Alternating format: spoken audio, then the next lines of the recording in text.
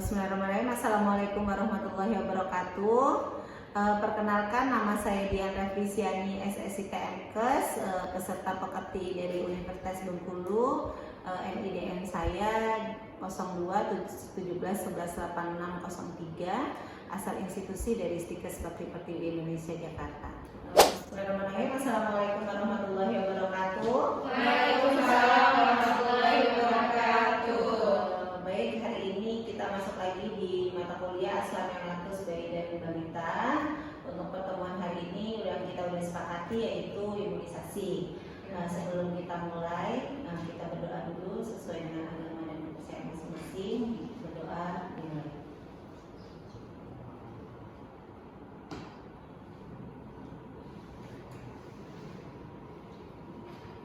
Selesai.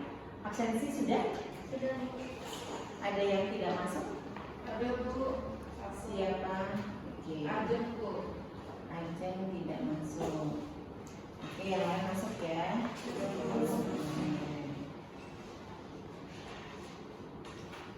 Baik, sudah absen, sudah semua. Sebelum kita masuk ke imunisasi, jadi di sini imunisasi pada bayi. Ya, jadi kalau kemarin kita sudah ngebahas tentang neonatus ya. Iya, Coba Bu. kita review dulu tentang neonatus. Usia berapa sih neonatus itu? Ada yang bisa? Saya, Bu. Ya. Neonatus itu adalah bayi yang baru lahir yang usianya itu sampai usia 28 hari. 0 sampai 28 hari. Jadi dari bayi baru lahir sampai 28 hari ya. Iya. Yang sudah kita kasih bersama-sama. Terus oke, selanjutnya setelah neonatus itu kan yang kita lihat bayi baru lahir nih. Nah, apa sih spontan yang kita lihat? Yang kemarin kita lihat nih. Kan kalau bayi lahir kita nilai pada saat kita spontan itu apa ya? Coba siapa yang bisa? Saya, Bu, Iya, jawab. Kemarin itu dari pembelajaran kemarin penilaian spontan pada bayi itu kita lihat tangisannya itu kuat apa enggak, terus warna kulit pada Iya. bayi dia merah, pucat atau biru gitu, terus gerakannya aktif atau enggak, Bu. Oke, itu ya berarti pada saat kita melihat bayi baru lahir, kita lihat dulu nih spontan. Kalau bayinya tidak ada tanda-tanda yang seperti itu, kita bisa duga kalau bayinya itu tidak sehat ya. Berarti tidak bergerak dengan aktif, dia bisa juga terjadi asfiksia gitu ya. Kulitnya tidak merah, gitu ya, kulitnya biru dan lain sebagainya. Oke, itu yang sudah kita ajarkan kemarin, yang kita dapat bersama-sama. Sekarang kita imunisasi. Nah, imunisasi pada bayi, sebelumnya sudah tahu imunisasi apa?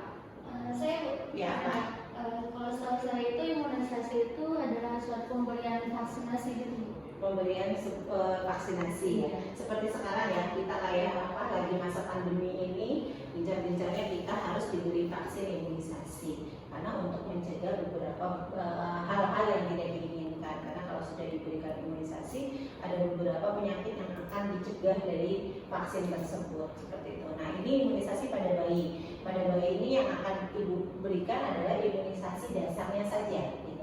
Dari 0 sampai 9 bulan. Nah, apa saja itu imunisasinya?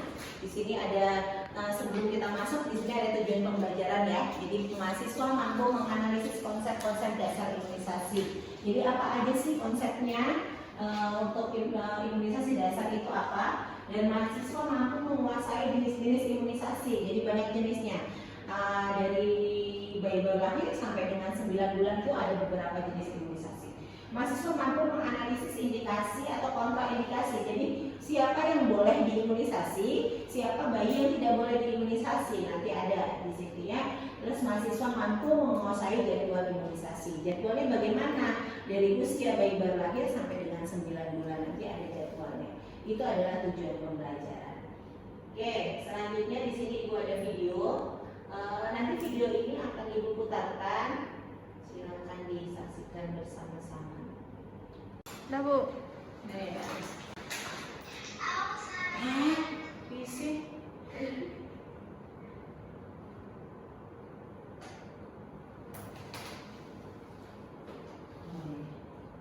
Tadi habis tujuan pelajaran ya.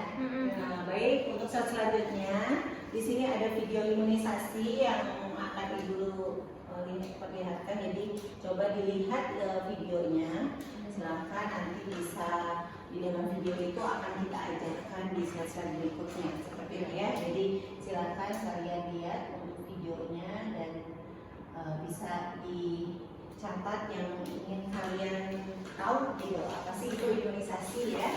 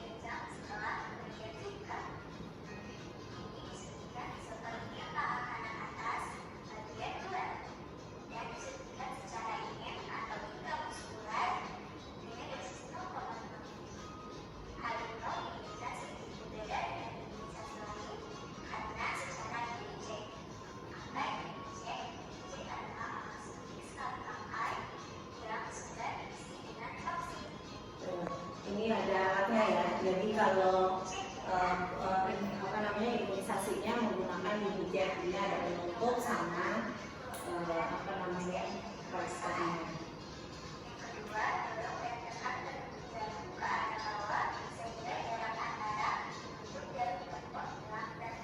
Jadi dia tidak pakai ini apa namanya spek biasa. Jadi khusus ya.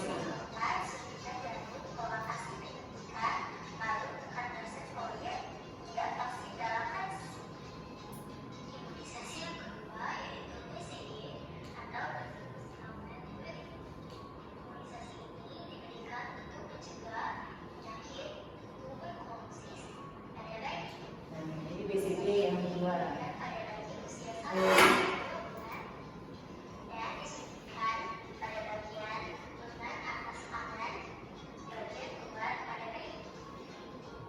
Kalau ini lokasinya ya, lokasi dihentikan. Kalau ini untuk jadwalnya.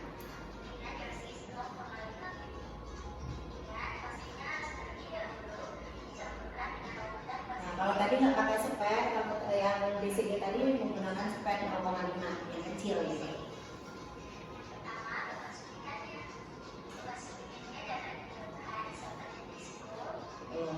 Jadi kalau BCG harus ada bekas suntikan. Jadi kalian ada di lengan bekas suntikan itu berarti kalian pernah diimunisasi di BCG. Jadi kalian disuntik itu, jadi tidak boleh di apa kompres dan boleh apa gitu. Jadi dia akan membekas di paru tempat kulit.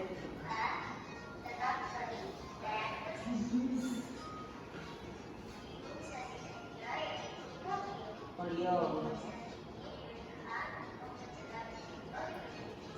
Kalau penyakit polio ya, pada bayi ya. Jadi makanya bayi itu wajib diberikan imunisasi karena untuk mencegah beberapa penyakit.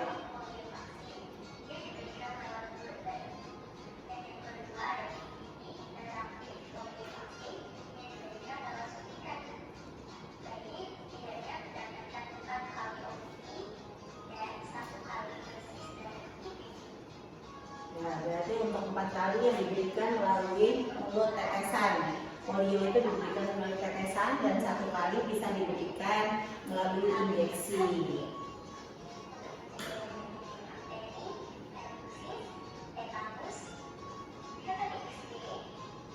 Ini jenis penyakitnya yang bisa mencegah dari imunisasi tadi ya.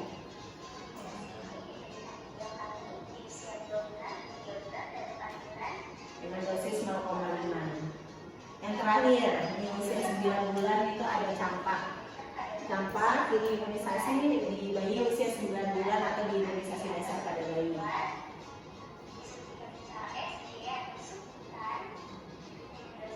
Dosisnya masih 0,5.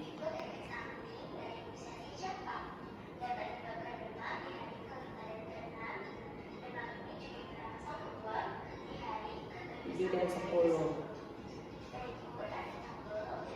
ya jadwal imunisasinya, jadi sudah ada semua seperti itu. Jadi jenisnya apa saja yang harus diberikan. Oke, dari video tadi sudah terjawab semua dari tujuan pembelajaran kita hari ini, mulai dari definisinya, apa sih itu imunisasi, macam-macamnya, dosisnya, tempat penyuntikannya, dan juga dari jadwal imunisasi. Oke, definisi dari imunisasi sendiri ini ada di slide, coba dibacain. Imunisasi. Imunisasi adalah pemberian kekebalan tubuh terhadap suatu penyakit dengan memasukkan sesuatu ke dalam tubuh agar tubuh tahan terhadap penyakit yang sedang mewabah atau berbahaya bagi seseorang. Oke, ya. Jadi pemberian imunisasi itu untuk kekebalan tubuh. Apalagi sekarang ya ada wabah COVID-19. Jadi makanya pemerintah harus kita vaksin untuk menjaga kekebalan tubuh dan berbahaya dari seseorang, apalagi bayi gitu ya. Bayi 0 bulan atau bayi baru lahir sampai 9 bulan itu kan masih rentan dengan segala penyakit gitu. Jadi makanya pada imunisasi dasar itu dilakukan pada 0 sampai 9 bulan. Oke, lanjut. Kekebalan tubuh itu ada dua, kekebalan aktif yang dibuat sendiri, kekebalan pasif itu dibuat dari antibodinya tapi tidak tahan lama. Tapi kalau kekebalan aktif itu bertahan lama karena dari diri sendiri. Makanya kekebalan seseorang kan beda-beda ya. Kalian nih ada beberapa orang pasti berbeda-beda kekebalannya. Ada misalnya yang makan pedas kuat, yang tidak makan pedas tidak kuat gitu. Apalagi bayi gitu ya. Jadi dari bayi itu punya kekebalan tubuh. Jadi pada saat kita membuat kekebalan aktif itu dibuat dari diri sendiri. Tapi kalau kekebalan pasif itu dibuat secara zat antibodi penolakan sehingga prosesnya cepat. Dia cepat prosesnya tapi tidak tahan lama. Tapi kalau yang aktif itu prosesnya lama tapi bertahan lama. Seperti itu. Itu untuk kekebalan. Nah, tujuan pemberian imunisasi tadi apa? Nih, tujuannya untuk mencegah terjadinya infeksi tertentu dari penyakit tadi ya. Terus apabila terjadi penyakit tidak akan terlalu parah. Kenapa sih kemarin COVID-19 kita suruh vaksin? Orang pada takut divaksinnya. Padahal kalau kita vaksin itu apabila kita terkena wabah tersebut, kita tidak terlalu parah untuk gejala-gejalanya seperti itu ya. Apalagi dengan bayi gitu. Mencegah gejala dapat menimbulkan cacat atau kematian. Gitu. Jadi cacat kalau misalnya tidak divaksin polio bisa terjadi penyakit polio. Nggak divaksin hepatitis terjadi penyakit hepatitis. Dia pun akan terjadi pun kalau sudah divaksin tidak terlalu parah, berat gitu ya, dan tidak terjadi kematian karena sudah diberi kekebalan seperti itu. Lanjut syarat pemberian imunisasi. Nah, syaratnya apa sih? Bayi dalam keadaan sehat. Sehatnya dalam artian tidak panas, tidak batuk, tidak pilek ya. Gitu. Terus bayi usia 0 sampai 11 bulan gitu. Jadi rentan waktunya pada saat nanti ada ibunya lupa gitu, harusnya kan 9 bulan harus sudah selesai ya sampai dengan campak, itu rentan waktunya 11 bulan. 7 macam penyakit yang dicegah dengan imunisasi tadi kan sudah ada di video ya. Ada beberapa penyakit, ada TBC, ada polio, ada difteri, pertusis, tetanus, hepatitis dan penyakit campak. Tuh, jadi ada 7 macam penyakit yang bisa dicegah dengan imunisasi dasar. Nah, usianya apa sih yang harus diberikan sesuai dengan usia? Jadi sesuai dengan Kemenkes RI, Kementerian Kesehatan Republik Indonesia, bahwasanya umur bayi dari 0 bulan sampai 24 bulan itu yang 2 tahun ya, kalau bisa 2 tahun. Tapi kalau emang terpaksa harus 9 bulan tidak apa-apa, itu dasarnya saja. Dasar itu wajib diberikan. Tapi untuk yang sampai 24 bulan itu tambahan, itu lebih baik dan lebih bagus seperti itu karena pencegahannya lebih banyak. Jadi 0 bulan itu ada hepatitis atau HB0 tadi ya, 0 sampai 24 jam karena bayi baru lahir. Nanti kalau sudah diberikan vitamin dulu, baru nanti sampai 2 sampai 3 jam baru diberikan HB0. Usia 1 bulan itu ada BCG dan poli 1, usia 2 bulan sampai 24 bulan ada silakan nanti kalian lihat di PowerPoint ya. Jadi ini ada DPT, ada HB, ada HIV 1, polio 2, jadi polio itu ada polio 1, 2, 3, 4. Nanti di usia 9 bulan ada campak, usia 18 bulan ada apa? 24 bulan lagi ada campak kembali. Seperti itu. Nah ini dari newborn ya, dari newborn sampai dengan 24 bulan kan dia sudah mulai masa perkembangan dan pertumbuhannya mulai terlihat ya, usia dari bayi baru lahir sampai 24 bulan disitulah harus diberikan imunisasi yang baik gitu. Nah, tenaga kesehatan apa sih yang harus dilakukan oleh tenaga kesehatan? Itu memberikan imunisasi yang benar dan memberikan jadwal kembali kepada pasien. Ya, ini ada macam-macam imunisasi. Nah, yang pertama itu BCG. Tadi sudah lihat ya di video bahwasanya BCG itu untuk kekebalan terhadap penyakit apa? Tuberkulosis, itu TBC. Atau untuk penyuntikannya di mana? Di lengan bagian atas sebelah kanan atas ya. Jadi jangan sampai salah. Kalau TBC itu kanan atas, tidak boleh kiri atas. Seperti itu. Kontraindikasinya apa yang tidak boleh? Anak yang sakit kulit atau infeksi kulit di tempat penyuntikan. Jadi kalau anaknya lagi sakit, mau disuntik di kanan. Ternyata si bayi itu ada ruam atau infeksi kulitnya atau emang demam, itu tidak boleh disuntikan karena kontraindikasi yang tidak boleh diberikan. Ya, tunggu sembuh dulu baru diberikan ya. Terus anak yang telah menderita penyakit TBC ya, jadi nanti nunggu instruksi dokter dulu apa bisa diberikan imunisasi BCG karena si pasien tersebut atau bayi tersebut sudah terkena penyakit TBC. Efek sampingnya itu kalau reaksi normal nih, yang warna ungu ini reaksi normal. Setelah 2 sampai 3 minggu pada tempat penyuntikan akan terjadi pembekakan kecil berwarna merah, kemudian akan menjadi luka dengan diameter 10 mili. Ya, jadi di situ tidak apa-apa, itu efek normal karena kalau BCG itu emang membekas seperti itu ya. Terus hal ini perlu diperhatikan kepada ibu agar tidak memberikan apapun pada luka tersebut dan diberitahu atau bila ditutup dengan menggunakan kain kasa kering dan bersih. Kadang kan si ibu panik ya, kenapa nih ada luka, ada merah kayak bisul seperti itu. Jadi kita tenaga kesehatan khususnya bidan memberikan informasi kepada pasien bahwasanya ini adalah efek yang normal.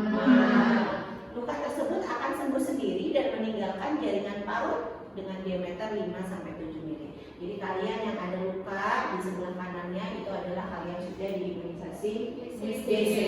Reaksi beratnya kadang-kadang terjadi peradangan setempat yang agak berat, abses yang lebih luas. Jadi kalau yang normalnya cuma kecil dia sampai besar, nah berarti itu sudah efeknya berat, harus bahaya. Jadi harus diperiksakan kembali ke tenaga kesehatan. Pembekakan pada kelenjar limfe pada leher atau ketiak, jadi kan dia mengalir karena obat ya, jadi ada peradangan yang lebih, itu harus diberikan ditindaklanjuti ke tenaga kesehatan kembali. Tapi kalau yang tadi efek normal tidak apa-apa, itu akan terjadi normal. Yang kedua itu ada vaksin apa? DPT. Gunanya apa? Memberikan kekebalan terhadap penyakit difteri, tusis, dan tetanus ya. Jadi kalau misalnya ada pasien yang sudah besar di tetanus, kemungkinan waktu bayinya tidak diberikan imunisasi DPT itu. Nah ini tempat penyuntikannya di mana? Bagian paha luar ya, bagian paha luar, bukan paha dalam, tapi paha luar. Ya. Itu bebas bukan kanan kirinya. Bebas kanan kirinya ya, kalau ini bagian paha luar. Nah yang tidak boleh diberikan bayi pada saat dia lagi demam di atas 38 itu jangan diberikan imunisasi ya, karena biasanya beberapa vaksin imunisasi pada bayi itu menimbulkan panas. Jadi kalau bayinya sudah panas diberikan imunisasi dia akan lebih panas ya. Reaksi berlebihan setelah pemberian imunisasi DPT sebelumnya seperti panas tinggi dengan kejang, penurunan kesadaran dan shock, itu tidak boleh. Jadi kalau udah pernah kejang, terus shock, terus nggak sadar seperti itu tidak diperkenankan untuk imunisasi DPT. Sampai sini paham? Iya Bu. Paham ya? Di sini ada reaksi lokal seperti tadi ya. Terjadi pembekakan dan rasa nyeri pada tempat penyuntikan disertai demam ringan selama 1-2 hari. Jadi bayi itu akan demam. Nah, kalau bayinya demam, terus si pasien ini ASI eksklusif, apa yang harus diberikan? Obat tetap diberikan ya, tapi tanpa apapun gitu. Jadi sebenarnya ASI itu sudah sebagai obat. Jadi kalau bayinya habis imunisasi demam, itu berikan ASI terus. Jadi bayinya tidak jadi demam. Tapi kalau ibunya khawatir, biasanya diberikan obat, tapi tidak apa-apa, obat saja tanpa dikasih minum gula, minum air putih, minum susu formula. Nah itu masih ASI eksklusif, karena kan ini masih masuk usia bayi ASI eksklusif ya. Gitu. Nah, kecuali kalau ibunya emang tidak ASI eksklusif, silahkan diberikan obat, diberikan minum air putih. Tapi sebenarnya hanya ASI saja itu bisa mengurangi demam. Oke, pada keadaan pertama reaksi lokal ibu tidak perlu panik sebab panas akan sembuh dan itu berarti kekebalan sudah dimiliki oleh bayi. Dari demamnya itu adalah menimbulkan kekebalan untuk si bayi tersebut. Gitu. Jadi nanti bisanya dia akan kebal seperti itu ya. Reaksi umumnya demam tinggi, kejang, shock berat. Pada keadaan kedua reaksi umum dan reaksi yang telah berat sebaiknya ibu dikonsultasikan kepada bidan. Jadi kasih tahu, ibu nanti habis imunisasi dedeknya demam. Tapi kalau demamnya lebih dari 3 hari dan panasnya masih tinggi, itu nanti ibu bawa ke bidan seperti itu ya. Jadi komunikasi kita sebagai bidan itu harus pas. Selanjutnya ada hepatitis B, gunanya memberikan kekebalan aktif terhadap penyakit hepatitis ya. Di paha bagian luar juga, kontraindikasinya tidak ada. Efek sampingnya pada umumnya tidak ada karena dia tidak terjadi demam, tidak terjadi abses dan lain sebagainya, itu untuk hepatitis. Nah ini tentang polio. Polio itu tadi ya, kalau misalnya tidak diberikan polio akan menjadi penyakit polio ya. Gunanya memberikan kekebalan terhadap penyakit polio. Diteteskan langsung ke dalam mulut sebanyak 2 tetes. Jadi bayinya diteteskan. Tapi kadang kan bayinya itu pada baru tidur, terus berut gitu. Jadi kita tenaga kesehatan kalau emang tidak bisa, bidan bisa bantu dengan tim kita untuk membuka mulut si bayinya dan meneteskan. Lanjutnya di sini ada kontraindikasi anak menderita diare berat atau anak sakit panas, dan efek sampingnya reaksi yang timbul biasanya hampir tidak ada. Kalaupun ada hanya bercak-bercak ringan. Efek samping hampir tidak ada bila hanya berupa kelumpuhan pada anggota gerak dan tertular kasus polio orang dewasa. Kekebalan yang diperoleh dari vaksinasi polio adalah 45-100% ya. Jadi benar-benar nanti kalian kalau sudah jadi bidan itu diinfokan kepada ibu yang baru lahir bahwasanya bayi itu harus diberikan imunisasi. Oke, yang terakhir ini ada campak. Campak ini ada kekebalan terhadap penyakit campak. Nah ini di lengan kiri atas. Kalau tadi BCG lengan atas kanan, kalau campak lengan kiri atas ya. Jadi jangan sampai salah. Kiri dan kanannya. Tuh. Lanjutnya kontraindikasinya ada panas lebih dari 35 derajat Celcius, anak yang 38 maaf. Anak yang sakit parah, terus anak yang menderita TBC, anak yang defisiensi gizi, anak riwayat kejang demam. Nah, efek sampingnya, karena efek sampingnya sama kontraindikasinya hampir sama. Jadi kalau anak yang sudah sakit panas 38 dan nanti akan menimbulkan panas juga 38, dia akan kejang kan? Makanya pada saat dia diberikan imunisasi campak, si anak itu tidak boleh dalam keadaan panas atau demam seperti itu. Kejang ringan dan tidak berbahaya pada hari ke-10 itu ya. Nah ini lanjut ya, jadwal pemberian imunisasi. BCG diberikan 1 kali pada usia 1 bulan. DPT diberikan 3 kali pada usia 2, 3, 4 bulan. Polio diberikan pada kapan? 4 kali usia 1, 2, 3, 4. Campak diberikan 1 kali pada usia 9 bulan. Hepatitis diberikan 1 kali pada usia 0 sampai 7 bulan. Oke, itu untuk jadwalnya. Paham semua di sini yang Ibu sampaikan. Jadi tadi yang udah Ibu sampaikan udah ada di video gitu ya. Jadi kita review bahwasanya itu adalah imunisasi dasar. Kita sebagai tenaga kesehatan khususnya bidan harus tahu apa sih itu imunisasi yang harus diberikan kepada anak. Oke, ada yang ditanyakan? Sebelum mungkin nanti Ibu yang menanya. Ya, boleh ya. Jadi imunisasi itu wajib bagi kita untuk menyampaikan ke pasien bahwasanya emang imunisasi itu wajib hukumnya gitu, karena itu untuk mencegah beberapa penyakit, banyak ya, ada 7 penyakit untuk bayi tersebut. Oke, kalau tidak ada pertanyaan mungkin nanti Ibu akan bertanya nih. Sebutkan macam-macam imunisasi. Coba, ada yang bisa? Imunisasi apa aja sebutkan? Yang tadi, Ya. yang tadi itu ada imunisasi BCG, Iya. dan polio, Mhm. campak, Terus ada yang nambahin Bu? boleh, ada apa lagi baru? BCG, polio, campak, terus DPD sama HB atau hepatitis. Nah kalau yang campak tadi penyuntikannya di mana? Bagian luar. BCG. BCG. Kalau campak kanan kiri atas, ya jangan sampai salah. Polio diberikan pada usia berapa?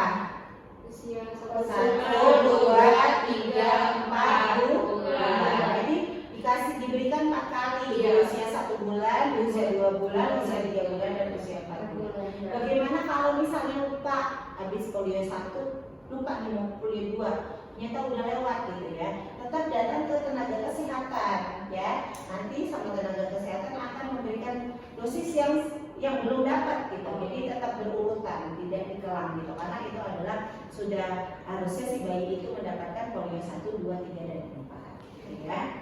Oke, mungkin Ibu rasa sudah bisa semua. Kita sudah evaluasi hasil pembelajaran hari ini.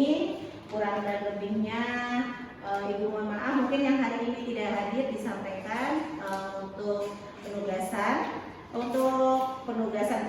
individu ya, karena ada masuk hari ini. Untuk pembelajaran berikutnya silakan kalian bikin kelompok kecil, satu kelompok ada 2 orang untuk membuat analisis jurnal tentang bayi baru lahir, sama membuat PowerPoint untuk mempresentasikan. Jadi nanti minggu depan kita akan diskusi per kelompok, satu kelompok 2 orang.